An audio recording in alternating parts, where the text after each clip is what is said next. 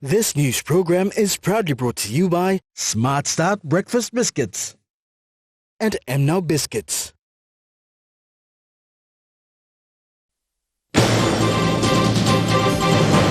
Telecom Limited CEO highlights the power of ICT.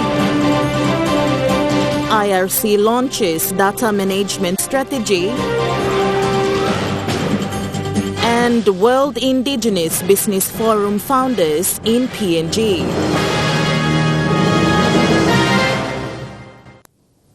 Good evening, you're watching National Emtv News. I'm Grace Papiali. Thank you for joining us. The Chief Executive Officer of Telecom Limited, Amos Tepi, highlighted the importance of shared passion for innovation and the transformational power of technology within the information and communication technology sector during a TechFest event hosted by the School of Information Technology from the IBS University. The one-day TechFest event is celebrated annually by IT students attending various secondary schools throughout the National Capital District. Thank you, Mr. Debay. Good morning to all Today, students from 8 schools within NCD gathered at the host university to hear important messages from prominent key partners in the ICT sector, one of which was Telecom Limited CEO Mr. Amos Tepi. PNG-owned telecommunications company Telecom Limited has been in operation for the last 65 years. Over the years, the company has kept up with the rapid advancement in technology, and it has been a learning and growing experience thus far. CEO Tepi gave a highlight on Telecom's journey. In a world we inhabit, change is the only constraint. Technology evolves at a pace that challenges our very ability to keep up. We have witnessed the rise of artificial intelligence, a dawn of quantum computing, emerging technologies in the telecommunication, etc. The question is, we must ask ourselves, is that not whether we can keep pace with this shift, but how can we cope with the change? Mr. Tepi reminded the students to remember the power of ICT collaborations, as great ideas are often born from collaborative efforts. Engage in conversation. Share your thoughts and open yourself to new insights. The connection you forgo or forget here today might become the foundation of the lifeline relationship and fruitful collaboration. Secretary of the ICT Department, Joseph Eladona, shared the same sentiments. So I think the message from the ministry and the department is that whilst we promote and strengthen ICT, we want all our young people to grasp it with positivity. Make sure you don't abuse it, but take advantage of ICT, and we will see this country and the world going bigger, but going closer. With the rapid advancement in the ICT space, Telecom Limited CEO Mr. Amos Tepi has revealed that the organization is eager to support ICT education in the country. Amanda Ilaitia, National Emtv News. During the TechFest event at the IBS University today, the Secretary for the Department of Information and Communications Technology, Joseph Eladona, outlined the aspects of ICT use and abuse which is common in the society to date. In a world that is rapidly evolving in terms of technology, the number of users has increased as well. This brings about the need for awareness on technology development to the next generation of ICT developers.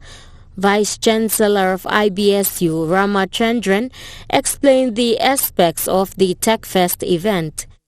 So this IT Fest that provides that opportunity both technical and non-technical. In technical, they are having 7 events, and non-technical 8 events, totally 15 events they are going to organize today.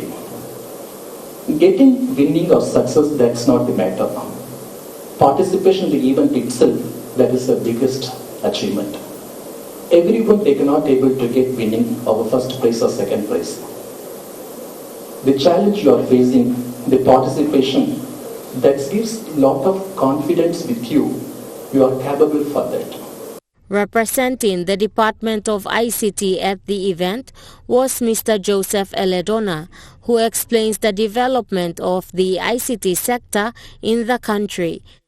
Because of our discussions with the Indian government and seeing the development of ICT worldwide, we'll be announcing certain things in relation to ICT and its use and its abuse.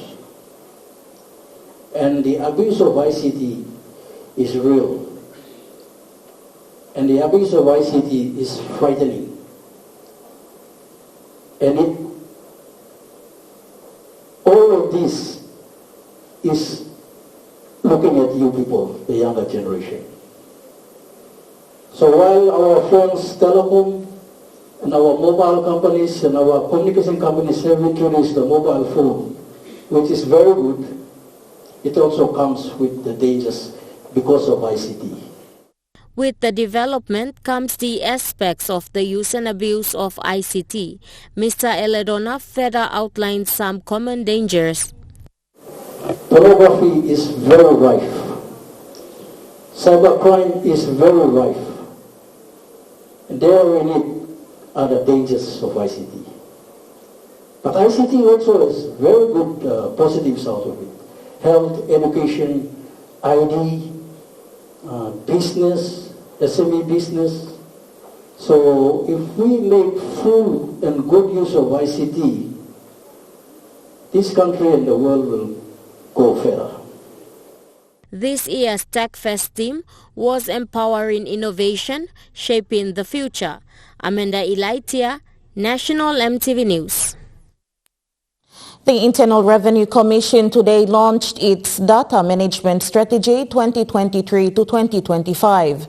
The Data Management Strategy is a pioneering initiative for the Internal Revenue Commission, and it's the first of its kind in the public sector. The launch marked a significant milestone in the Commission's plan towards a more advanced and efficient tax administration system, giving an overview of the ICT infrastructure and how the current strategy fits into their plans. Manager of Data Governance from the Department of Information and Technology, Lillian Smith, opened with the sentiment that data is the new oil and that data shares the same narrative. She went on to congratulate the Internal Revenue Commission for being the first government body to launch its data management strategy plan for the next 2 years. Data management strategy promotes collaboration and data sharing among government entities. The Commission has so far signed 21 Memorandum of Understandings with other key government agencies to facilitate collaborations. Marek Rusinski, Deputy Commissioner of Smarter Data Australian Tax Office, affirmed that data has become the lifeblood of the tax system of PNG, where insights from data is streamlined and optimized. With data sharing across the government and beyond, fueled through new partnerships, will allow greater visibility of the economic activity and therefore help the government to forge on the optimal path forward. It is exciting to see this vision become reality today. Commissioner General of IRC, Sam Coim, gave his keynote speech and said that IRC has since moved from the analog space to the current digital information space. Commissioner Coim added that the evolution of the new digital space, taxpayers that evade paying taxes are easily identified. He expressed appreciation on what data management and the digital transformation has done, especially in the efficiency of tax administration. Take this step, and I think one of the first meetings, international meetings that I attended, called SCATA, that has helped us to appreciate the use of data and where other tax administrations are doing. So that's the strategy, or that's the thinking that evolved at that time. And much of it has been said by Deputy Commissioner Marek already.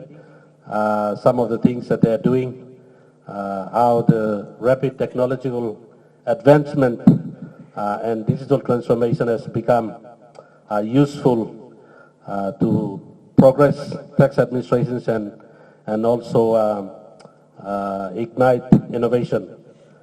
So that's where the thinking emerged, and we have taken this path.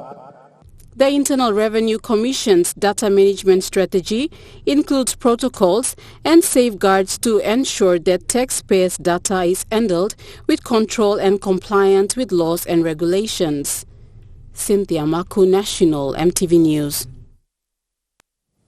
The Department of International Trade and Investment today announced the arrival of the founder of the Indigenous Leadership Development Institute, Inc., Rosa Walker, and the director of the World Indigenous Business Forum, Bob Hambleton, to PNG. The group was pleased to address Papua New Guinea on the agenda of the World Indigenous Business Forum that is held annually in all parts of the world, of which PNG will play host to come October of this year. With the upcoming World Indigenous Business Forum to be held in Papua New Guinea for the first time, the World Indigenous Business Forum Secretary for the Department of International Trade and Investment, Jessica Warakai Manua, was pleased to announce the arrival of the individuals from Canada who are behind the World Indigenous Business Forum. We have the opportunity to listen to both Rosa and Bob on why they are here, and to give you also now information on what the WIBF is. And maybe the Institute itself, the leadership, Indigenous Leadership Institute, the institute that owns the WIBF, and the reasons for them to establish the WIBF. World Indigenous Business Forum Director Bob Hambleton gave an overview of the World Indigenous Business Forum. We work with Indigenous and non-Indigenous people because we recognize that we are instrumental to the economy. When you come to our forum, the relationship has just started. So we do encourage everybody to come. You will really enjoy the agenda that we have of, different industries speaking: agriculture, AI, tourism, pharmaceutical. We've got many different people that are coming. So we do encourage you to come, spend some time with us, get to know our people, and we'd love to get to know you too. Founder of the Indigenous Leadership Development Institute, Inc., Rosa Walker, further elaborated on how the WIBF will be conducted. So right now, we are working with countries to come here. Some of them include Taiwan, Australia, New Zealand, Canada, United States, Colombia, Chile, Guatemala. So right now we have those particular countries who will be represented here in Papua New Guinea, October 23rd to 26th. Brad Jackson, the CEO of PNG Agriculture Company, echoed the sentiments. And so I've been able to take Indigenous groups to various forums, and I am so happy that we're having the forum here in Papua New Guinea. Papua New Guinea, in my mind, I've been living here now for about the last 7 or 8 years in Kokopol, and I've fallen in love with the country. It's full of opportunity. The recent World Indigenous Business Forum was held in Colombia last year, where an impressive series of global speakers shared information and knowledge on indigenous economic development. The same is expected to happen in PNG come October. National Emtv News continues after the break with more stories. Stay with us.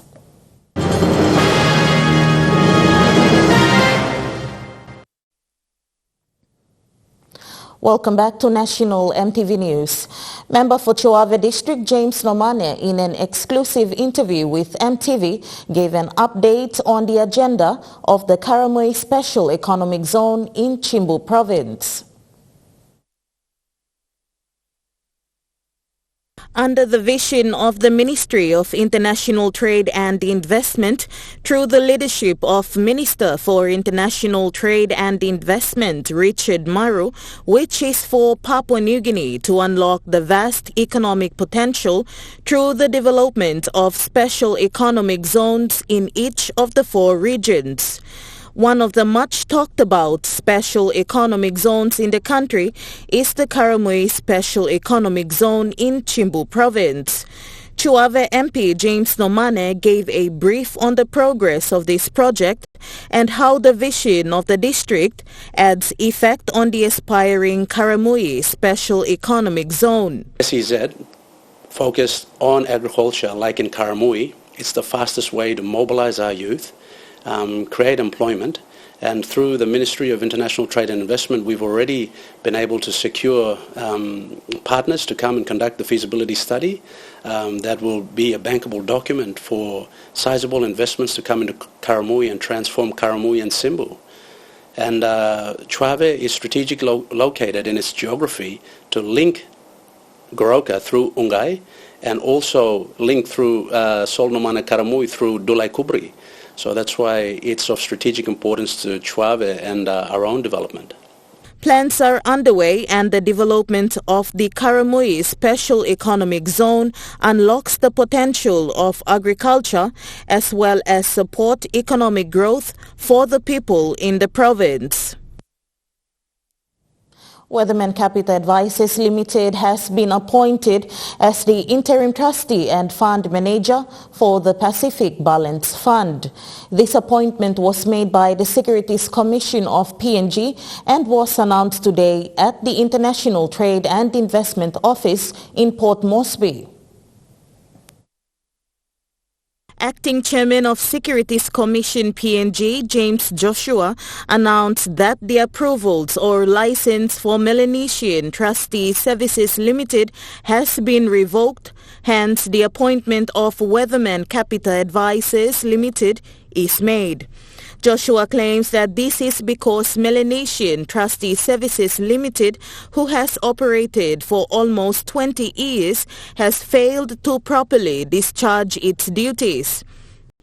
Within the mandated powers that we have, we revoke MTSL license as a trustee, and that creates a vacuum that MTS, the fund, has no someone not to have a trustee on it. So we can that instead we have invoked our powers within the Capital Market Act. We appoint the Weatherman Capital. On behalf of Weatherman Capital Advisors leadership team, Managing Director John Kevau commended Securities Commission and further elaborated on their agenda. Committed to ensuring the transparent and diligent management of the fund during this interim period. And I think what we have witnessed today demonstrates the robustness of the regulatory environment in our capital markets as overseen by the Commission. And I believe the challenge to all market intermediaries and participants is to ensure we perform our functions diligently and prudently. Having said that, our paramount and fundamental duty as interim trustee, Mr. Chairman, is to act in the best interest of the fund's unit holders, ensuring that their investments are safeguarded and managed prudently. Furthermore, Chairman of Weatherman Capital Advisors, Jordan Paul, echoed the sentiments of his managing. Once we realign, re-strategize the governance issues, the investment policies, we want to work with other stakeholders to invest in areas such as, in addressing areas such as the energy security we're facing in this country, not only because of the country, but there are investment opportunities there that we can work on. And with the team that we have, we believe we can achieve that. And in 2-3 years' time, we want to take it to a point where we can take this fund into and list it on the Port Moresby or PNG Stock Exchange, so that the shares belonging to the fund can be available for everybody in this country to invest. Weatherman Capital Advisors premises is 100% PNG owned. It is an approved license holder of various capital market regulated activities in PNG, and their operations are regulated by the Securities Commission of PNG. Former member of Chuave, Wera Mori, filed an election petition 56 of 2022 challenging James Nomane, the current member of parliament for Chuave, and the Electoral Commission of PNG. Mori expressed his concerns on this petition recently in Port Moresby. The petitioner, Wera Mori, expressed his concerns on the delay of trial for almost 4 months. He explained the outcome of the petition's trial. 28 July 2023, the application for leave to review was dismissed with costs. The parties will return to Kundiawa National Court to continue trial on 14th August 2023. And this is basically where we are. Mori's lawyer Camillus Gagma further emphasized on the legal process and described this particular election petition as an expensive one that he has taken. The trial would have completed quickly because of only 2 grounds which were obvious for all parties to line up the witnesses and conclude the petition within a reasonable time, at least 10 days, was the initial agreed by parties. But because of so many applications in the National Court and also in the Supreme Court that procrastinate and delay the expeditious hearing of this petition to a completion. Mori claims that no developments are taking place in the Chuave district of Chimbu province since he left office. As I speak, for the last 12 months, all district services of the district had come to a standstill. Our district offices, that has always been the envy of other districts in the province, unfortunately got shut down. The district hospital is not operating. So as all our rural centers. In response to this, current local MP of Chuave district, who is also the Vice Minister for National Planning and Monitoring, James Nomane, gave his response to these claims. The vision clearly states that the member for Chuave has to have the leadership acumen, the wherewithal, the political acuity, and the temerity to deliver on this ambitious vision for the people of Chuave. Big dreams create big realities, and this is what this plan's all about. And everybody in Chuave who knows me knows what I'm capable of doing. They deserve the best, and they're going to get it. The election petition will not stop or impede our progress towards achieving this. That's my assurance to the people of Chuave. Nomane further gave a highlight of the district's 5-year development plan. Management, that means public monies, public service, the process, and having an export-driven attitude towards scaling all these investments, be it coffee, be it limestone, be it our human resource, and exporting them to the world, where Chuave is part of the global village. Local coffee buyer, businessman John Simon, in a recent interview with Emtv News, highlighted that coffee prices are not increasing and in turn is affecting a lot of coffee farmers back in the rural areas. He said the Arabica coffee and the Robusta coffee in particular need to see an increase in prices. As a coffee buyer in Maprik, Simon has taken into account the hard labor and efforts put in by the coffee farmers in growing coffee. He said one of the things that does not sit well with him as a local coffee buyer is the low price of coffee. The coffee price is determined by the market, and we're confused. But it should be determined by the cup, because that's the end user, not the market. Market is not the end user. That's the middleman. That's the end user. If the cup price drops, obviously cocoa price has dropped. But the cup price is still there and it's still going up. But the coffee price is still going down. I want to hand 20 kina per kilo. I want my people to hand that money. And they can. In terms of quality, in terms of quantity, we can if we hand the right price. He emphasized that coffee exporters and local coffee buyers in the country should buy coffee beans or bags at a reasonable price or just above 5 kina per kilo or even to 10 kina per kilo.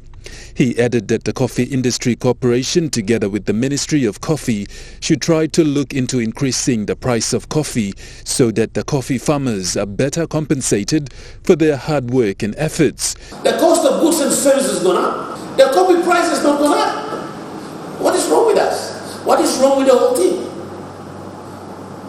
Now, not only Robusta, but even the Arabica prices. But why I'm sure I'm talking about Robusta? Because that is what prompted me to do what I'm doing currently. I said, why is the price not gone up? Because the people in Sipik, my people, back in Maprik, back in Brekikia, back in Wasara, back in Yanguru, they grow Robusta coffee. But they're not getting a good money out of it. He claims that right now international coffee buyers are controlling the price and that coffee prices are not determined by the market but by the cup. He spoke highly of the Arabic coffee and the Robusta coffee and the price associated with them. Coffee price for Robusta should be much, much lesser than the Arabica price. But mind you, Arabica right now, up in the some part of Highlands, they are paying 3 kina per kilo of parchment. Less than 4 kina, 2 kina. I now have a local market for Robusta. We did not have. We did not have a local market for Robusta in the country. Now we have one, which is different. This is the coffee that's promoting the local market. He is appealing to the government and the coffee ministry to fully invest in the million kina industry and help coffee farmers in the country. He added that PNG has one of the best coffees in the world, which is of high quality. Godwin Eki, National MTV News. Now we take a look at the Nest Fund market report. The kina closed unchanged at $0.2790 US in the interbank market. At Bank South Pacific, your kina was buying $0.2715 US, $0.4124 Australian dollars, $0.2402 euro, 38.54 Japanese yen. Looking at commodity prices at New York close, gold is trading higher, coffee closed lower, cocoa closed lower, copper closed lower, palm oil closed lower, crude oil is trading higher, copper closed lower. And on the stock market, the Dow Jones closed lower, the ASX 200 is trading lower, the All Ordinaries is trading lower. National MTV News continues after the break. Stay with us.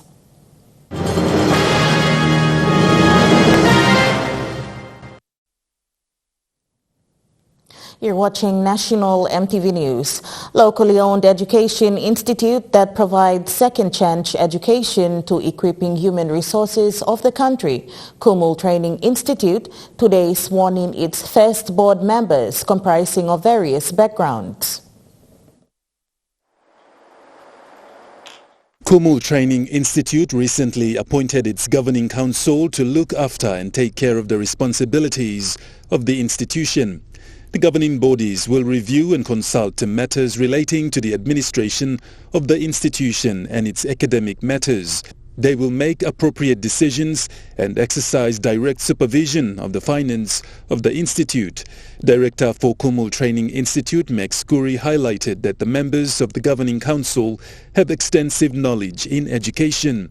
The purpose of gathering here is to have Kumul Training Institute board members swearing in ceremony.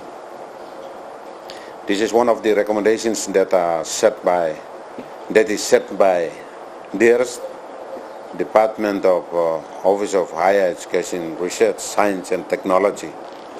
Kumul Training Institute is going through this registration program, and these are recommendations that have been put by DERS to comply. So we have no choice but to comply with the recommendations that I've given. He added that the annual performance evaluation of the director of the institution and the head of the department are sent to the chair of the council. All the new board members were taken through their set of guidelines that each of them should abide by and what to do if one is to exit. We used to work close with a like-minded team to take the institute to the next level. So BOG members who would be swearing in today, starting with me as a chairman, then proceed to my BOG members. And it has to be the hot numbers. And in terms of debate and discussion and voting, vote numbers has a lot more to speak to the outcomes of the decisions. And if we have hot, even numbers, we might not resolve to have a decision. So thank you. I think 5 members initially we are here. The new board, according to the director, will oversee the entire operation of the institution so that Papua New Guineans are given a second chance and the opportunity to better education and employment. Godwin Eki, National Emtv News. More than 23 students last week graduated with certificates in business and TVET programs from Kumul Training Institute. Director Max Curry added that with the opportunity of receiving a certificate each, meaning the student can now go out into the real world and find better jobs to sustain their livelihoods. Present to witness the graduation ceremony were representatives from various districts, sponsors, parents and families of the students that graduated from the Kumul Training Institute, where they were awarded certificates for business and TVET programs. Director for Kumul Training Institute, Max Curry, said KTI will continue to educate and equip the future generation. He said the graduation was not only to award the students their certificates, but to remind them of how they can live their lives and become agents of change in developing the human resources. Thank you for being with us in the last 6 months. This is certification graduates going out as NC1 and certificate level. But in October, we will be having a big mass graduation for diploma program and NC2 level. I think in the year 2023, we are having a bit of a 3-year, 3 terms graduation in a year and sends out students in mass. Thank you for choosing Kumul Training Institute. We work partner with NCDC and other stakeholders to make the training happen. Nice meeting you guys and all of you. Representatives from various districts were given the opportunity to present the students with their certificates. And make sure that all youth must be educated skillfully in whatever capacity they can be, and they go out and help themselves in these challenging times and in challenging society that we go through with the difficulties in the economic problems and difficulties that we face. But let us all support each other. Students, you have come this far, and I think you've done well. Congratulations to you. With these papers, you can be able to further your studies as a certificate level, or if you can be able to find secure jobs for yourself, and you can have a living and contribute to your family and district, province and country as a whole. Director Curry, upon congratulating the students, said they are now equipped to go out and find jobs. Godwin Eki, National Emtv News. Meanwhile, Director for Kumul Training Institute, Max Curry, highlighted that Kumul Training Institute is there to provide a second chance in education for high school dropouts. During the graduation of the Kumul Training Institute, Director Max Curry highlighted that KTI has always believed in providing second chance in education for the youth. He said while the development of young people is important, upskilling the human resources of the country is one he said the country and other education institutions should make a priority. And this time around is 15 years delivering training in the fields of plant motor vehicle, TVET programs, business studies, NC1 certificate level to diploma in business studies. Now we are working with the Office of Higher Education to deliver training from certificate as an existing point, and with the required credit points agreed to students and diploma. He said many successful Papua New Guineans in the workforce, most of who have come through the Second Chance Education program provided by Kumul Training Institute, particularly the grade 8, 10 and 12 dropouts. He said by educating the next generation of youth, KTI also plays its role in providing opportunities for ordinary Papua New Guineans and to give them a second chance in life. As we know, school fee is something hard to as a parents component that to find in an easy way. So difficulty arise, and sometimes students go to schools, other times they do not go to school. Parents who are capable and able can send their students, but with the assistance of TVET programs like this one from the Office of Governor and Mosby South and other offices can be able to send students, and you guys are here. He added that many successful students from the institute every year eventually make it to universities to further their studies. Godwin Eki, National MTV News. National MTV News continues after the break with Trukai Sports. Stay with us.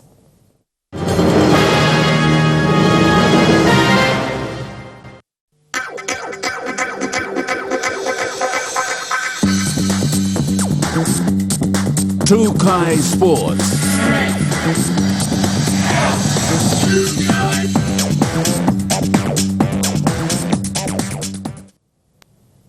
Welcome to Trukai Sports. We begin with the FIFA Women's World Cup, and France defeated Morocco 4-0 at the final Huta.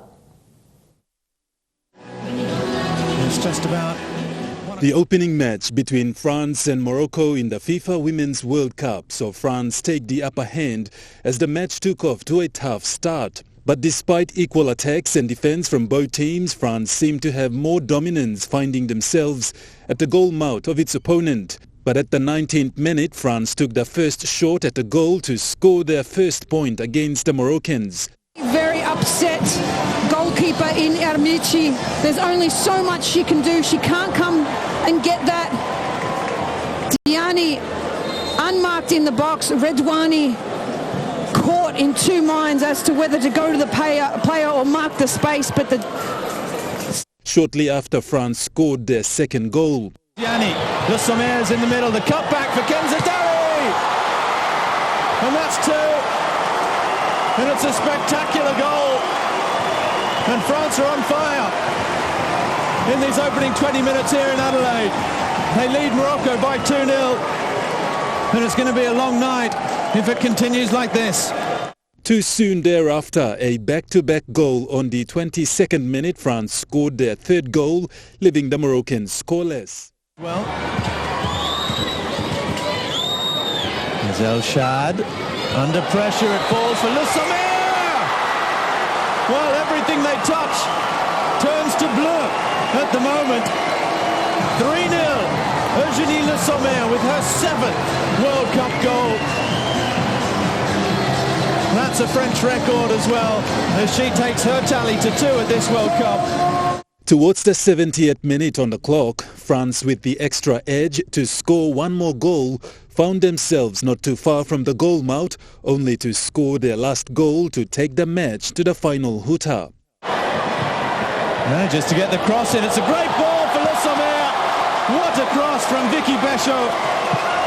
And Eugénie Le Sommer just puts the punctuation mark, the exclamation mark, at the end of this result. 70 minutes on the clock, and France have a fourth. Full-time score, France 4, Morocco 0.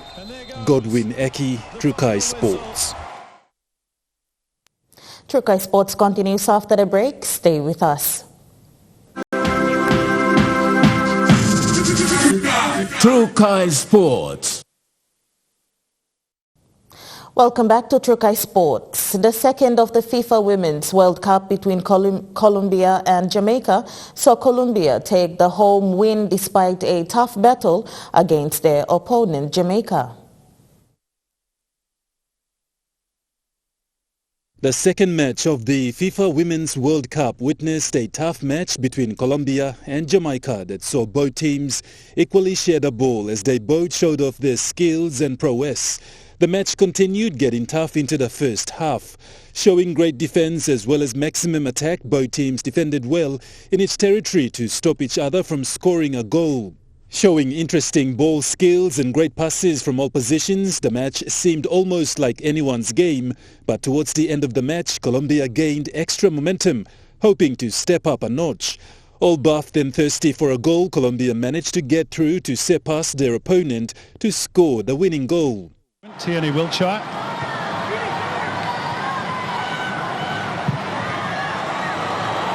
Slung towards the back post. Big chance here. Colombia hit the front thanks to their captain on the night. A second goal of this FIFA Women's World Cup, and it sends the Colombians in the stands into raptures. Well, there we go, though. The switch of play has changed the game. The ball over just teased the Jamaican fullback. The final score, Colombia walked away with 1 goal to Jamaica 0. Godwin Eki, Trukai Sports. And that ends Trukai Sports. The Money Plus weather report is next. Stay with us. Trukai Sports.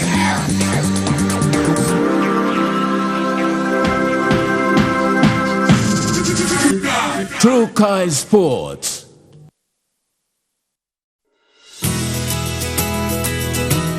This weather update is proudly brought to you by Money Plus, with you always.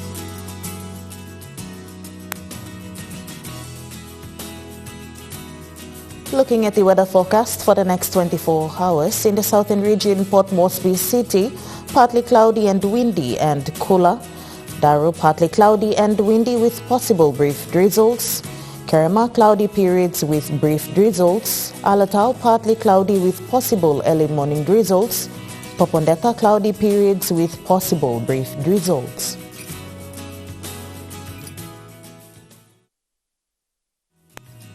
The weather update was proudly brought to you by Money Plus, with you always. And that wraps up the news, sports and weather for Wednesday, the 9th of August 2023. From all of us here, pleasant viewing. Good night.